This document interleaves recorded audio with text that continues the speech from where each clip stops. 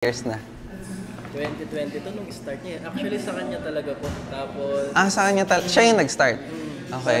Battle Lattes pa binibenta niya ng student pa siya. Pang support niya sa School. Tapos ayun, nag-graduate. Nagtulungan po kami. Mga hindi namin expect talaga. Pero anong year kayo nag-start? Siya 2022, then naging serious mga 2023 pa. Nung nag-start siya ng 2022, meron na siyang physical store agad nun. Online pa lang. Opo. Tapos yung mga nakabattled pa.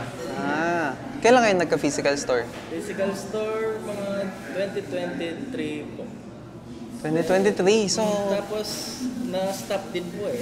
Nag-summer. Tapos, ayun, in-open ulit. Then, nagtuloy-tuloy na nung na-focus namin. So, 2 years pa lang. Grabe. Tapos yung ano nyo... Hindi namin expect. Yung location. Location. Maganda siya sa location. Ano siya, college, school, supermarket din yung sa amin. Tapos highway. So, tabi kayo ng daan. At tapos may parking din kayo for